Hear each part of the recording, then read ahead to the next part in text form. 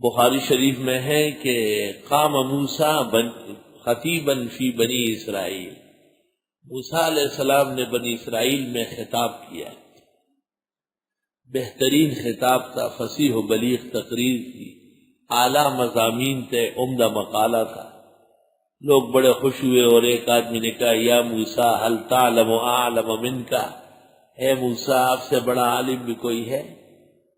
امام بخاری نے باب قائم کیا ہے کہ جب کسی سے ایسا سوال ہو جائے فَيُسْتَحَبُّ أَن يَكِلَ الْعِلْمَ إِلَى اللَّهِ، مستحب ہے کہ علم سپرد خدا کرے، اللہ اعلم وعلمہ اتم واکمل۔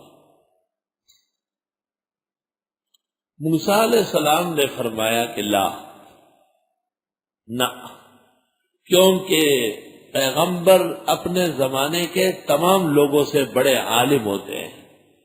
یہ سوال حقیقت کے مطابق اور جواب عین صداقت پر مشتمل تھا،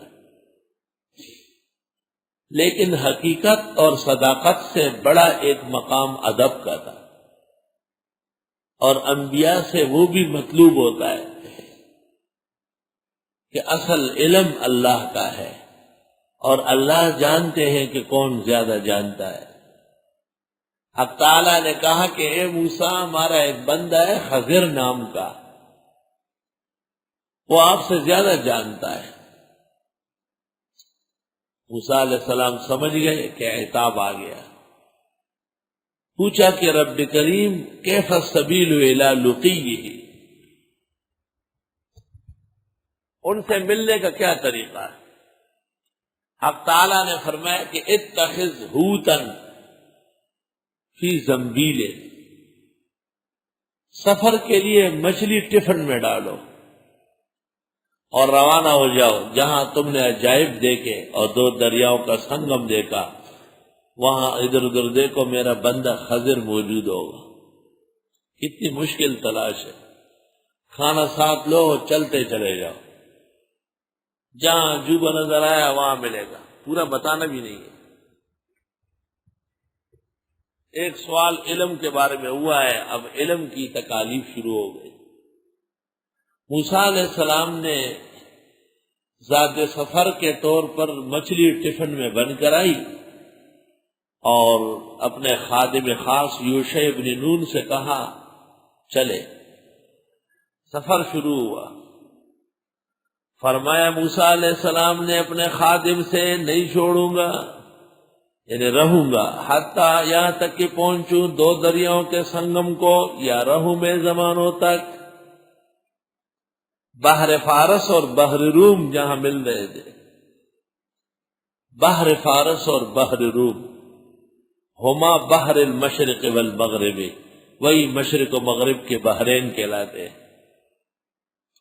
فلما بلغا، جس وقت یہ دونوں پہنچے، مجمع البحرین، مجمع بینہما، دو دریاؤں کے سنگم پر، نسیاہ حوتہما، بھول گئے مچھلی کو، فاتخذ سبیلہ فی البحر سربا، پکڑ لیا راستہ مچھلی نے سمندر میں سرنگ بناتی ہوئی۔ موسیٰ علیہ السلام نے یوشع ابن نون سے کہا کہ تم خیال رکھنا، میں ذرا آرام کرتا ہوں۔ موسیٰ علیہ السلام نے چٹان کے قریب میں چادر اوڑھ کر آرام شروع کیا، یوشع ابن نون بیٹھا ہوا ہے۔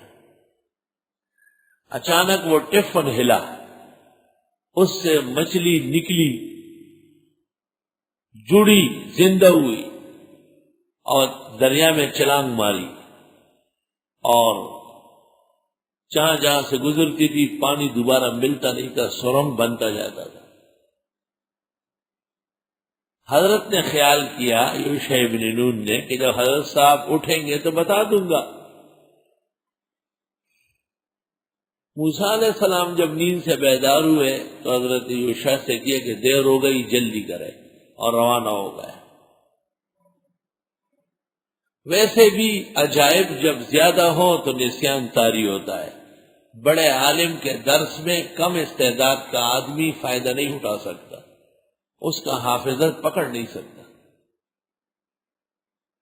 اسے کم استعداد کا مدرس چاہیے جو ایک ایک لفظ کا ترجمہ کرے اور رک رک کر پڑھائے۔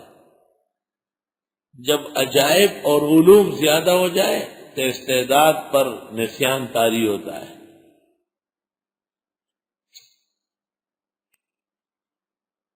ایک مچھلی کا زندہ ہونا، ٹفن سے چھلانگ مارنا، پانی میں چلی جانا، سرنگ بنتے جانا، حیران۔ اذا اجتمعت العجائب یتر النسیان، جب عجائب زیادہ ہو تو نسیان پیدا ہوتا۔ فلما جاوزا، جس وقت دونوں آگے بڑھے، قال لفتاه، حضرت نے فرمایا اپنے خادم سے، آتنا غداءنا، لائیے ہمارا ناشتہ۔ موسیٰ علیہ السلام غیبدان ہے، ناشتہ سمندر میں جا چکا ہے، اور حضرت آگے بڑھے، اور جب بھوک خوب لگی تو فرمایا ناشتہ لائیے۔ ناشتہ اس وقت کرو جب خوب چلو اور رات کا کھانا ہضم ہو چکا ہو۔ اور ناشتہ غدا دن کے شروع کے کھانے کو کہتے ہیں۔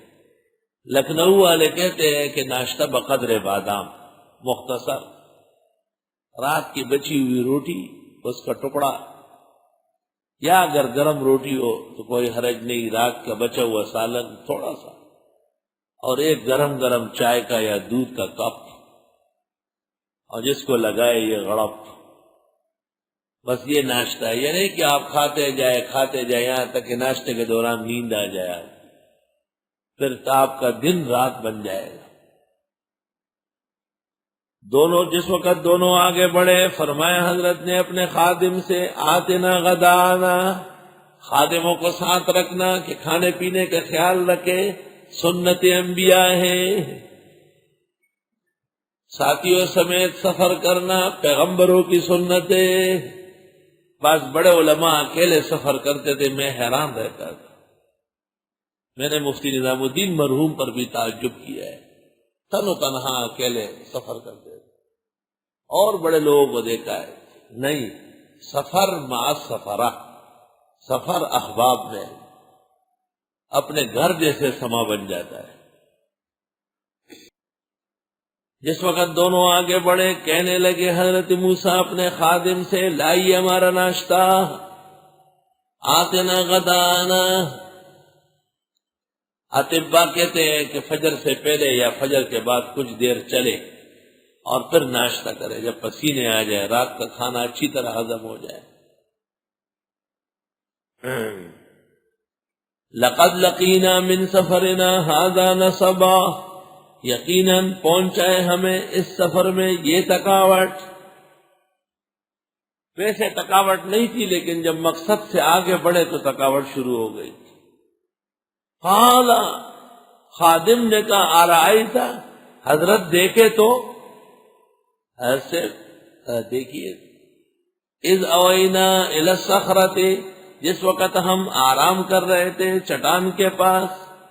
کتنا با ادب خادم ہے، یہ نہیں کہا کہ حضرت آپ سو رہے تھے۔ اس زمانے کا کوئی لبر چٹو خادم ہوتا، جی آپ سو نہیں رہے تھے، آپ سو رہے تھے۔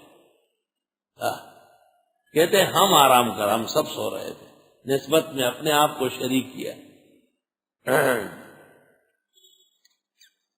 جس وقت ہم ٹھہرے ہوئے تھے ایک چٹان کے پاس، فَإِنِّي نَسِيتُ الْحُوتَ، پس میں بھول آیا سارا ماجرا مچھلی کا، وَمَا أَنسَانِيهُ، اور مجھے نہیں بلایا وہ، إِلَّا الشَّيْطَانُ أَنْ أَذْكُرَهُ، مگر شیطان نے اس کو یاد دلانا۔